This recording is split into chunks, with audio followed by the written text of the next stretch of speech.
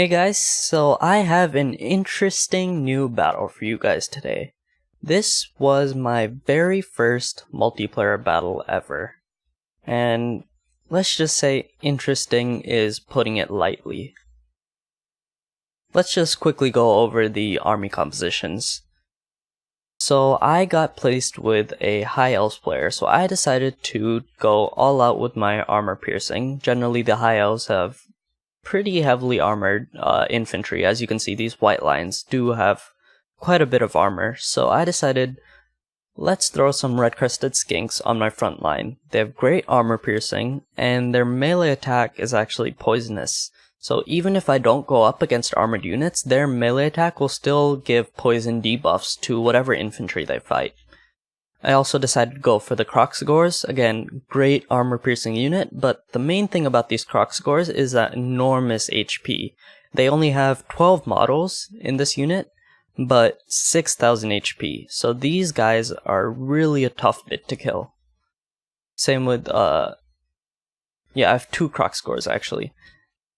And then on my flanks, I have one unit of Temple Guards and one unit of Saurus Spears with shields, and you can probably guess already. These are mainly to be used against large units such as Cav or any monsters that they brought. Generally the High Elves like to go all out with the cavalry and the chariots, and so these infantry units were the main counter to those. Now moving on to the dinos in this army. So first is and I'm gonna mess this up, the Bastillodon with the Revivification Crystal. Oh, I got it. Wow. Take that, Tyrion. The Revivification Crystal. And basically this is just to heal up whatever unit is losing in melee, I guess. And the neat thing about the Revivification Crystal is that it actually brings back the physical models of a unit, not just the HP. So if the Red Crested Skinks say they have like 30 models left, if you apply the Revivification Crystal on them, they will actually gain back more models and they'll end up with like 40 or something models. I don't know if it's that much, but they actually do gain models back in addition to their HP, which is really cool. I also got an Ancient Stegodon, which was mainly for breaking through the front line and causing chaos in the back of their army.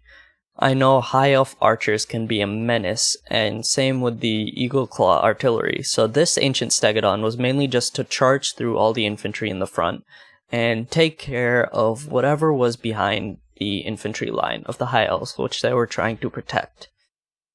I also got two Chameleon Skinks, again, a great matchup, a great unit for any matchup, honestly. I use Chameleon Skinks against everyone. Their poison debuffs are honestly very, very, very strong, and I would recommend using them against every army, honestly. Even against the dwarves who have high armor, the poison debuffs are crazy.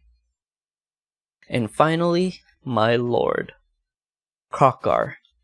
The main reason I brought Kroq-Gar is because, as you can see, I don't have that much ability to counter dragons and eagles and all those flying units that the High Elves like to bring. And so Kroq-Gar has this unique ability called the Hand of the Gods. And basically this does enormous single unit damage, or what is it called? Single combatant damage.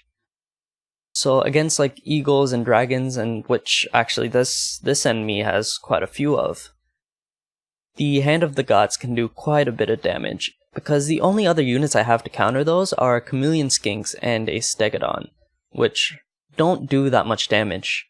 So I really needed this Hand of the Gods, and it really comes in handy in this battle, as you can tell. 3 flying units. But let's go into this army, the High Elf army.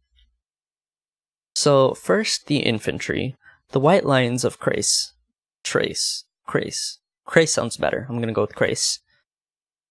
These are honestly great infantry units, but alone against 1, 2, 3, 4, 5, 6, 7 7 infantry? No, they're just not gonna do well. They're also armored, so I have way too much armor piercing for him to do anything, honestly. And then here's where it gets weird. Two handmaidens of the Everqueen.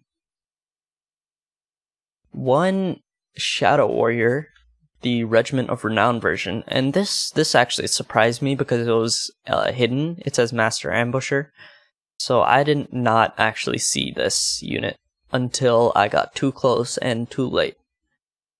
And then the juicy part of his army. 2 Fire Mages and Imric. When I saw these 3 in the sky, I got scared. Because again, I only have 3 units that can consistently fire at them. Kroq-Gar does have his Hand of the Gods, but he only has 2 of those, and so we need to use those very, very wisely. So let's just start the battle. You'll see right off the get-go, I start to move my infantry towards their units. Because I see that he has 3 dragons. I know most of his army's income must have gone into those, so his infantry is severely lacking. And remember, the only things I could see on the ground were 2 handmaidens of the Everqueen and these white lions. And so I just decided to charge all my infantry into them. And on this side you can see, he is bringing his dragons. Not really sure what he's doing with them, but they are actually taking quite a bit of damage from my chameleon skinks. I think he assumed that chameleon skinks won't really do much damage to dragons, but with their poison debuffs, ooh, you can see that was the first shot Kroq-Gar had of the Hand of the Gods, and look how much damage it did to Imric. He had like 6,000, 7,000 HP or something before, and look how low he is now. But now his dragons are doing fire breaths and ice breaths against my skinks, but luckily they have this chameleon ability, which gives them some, they have some resistance to ranged attacks, not a lot. They still took a lot of damage, but they took those shots like a beast, honestly. And now you can see I'm starting to bring my Ancient Stegodon over. He is probably going to be the main damage dealer against these 3 dragons, because these skinks, they have great attack, but the main reason I use them is for their poison attack.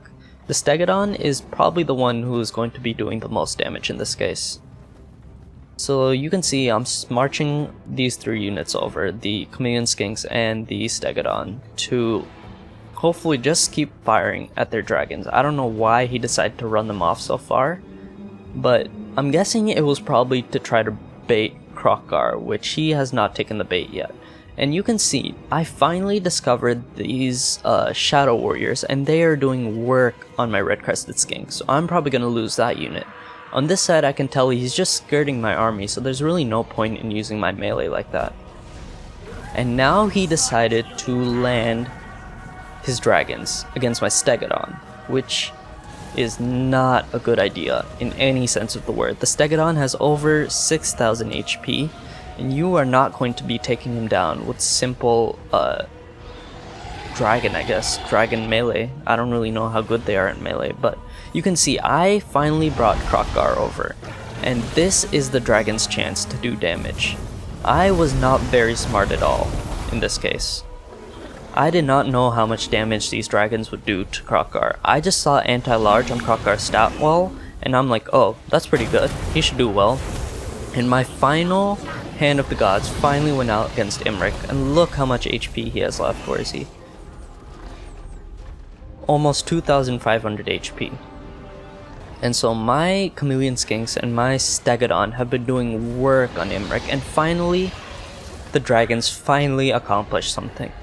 They have managed to rout Kroq-Gar, and at this point I'm scared because now my entire army has taken a leadership debuff. And so my goal right now is to take out Imric as quickly as possible before he can make use of this leadership debuff. But luckily, consistent fire from my chameleon skinks has managed to finally kill off Imric. And then he gave up. Honestly, this is the weirdest battle I've ever played. Is this like a normal army composition for the High Elves? Is this like something that's used among the pros and he just like misused it, I guess? Because I was very confused when this battle first started, and as it continued as well, I guess he just mismanaged his army. Because those dragons could definitely have done some work, but they just weren't supported. But yeah, I hope you found that battle interesting. It was definitely interesting for me, to say the least. Like my first multiplayer battle and I faced this. But yeah, hope you guys liked it. Remember to like and subscribe if you enjoyed the content, and I will see you guys in the next one.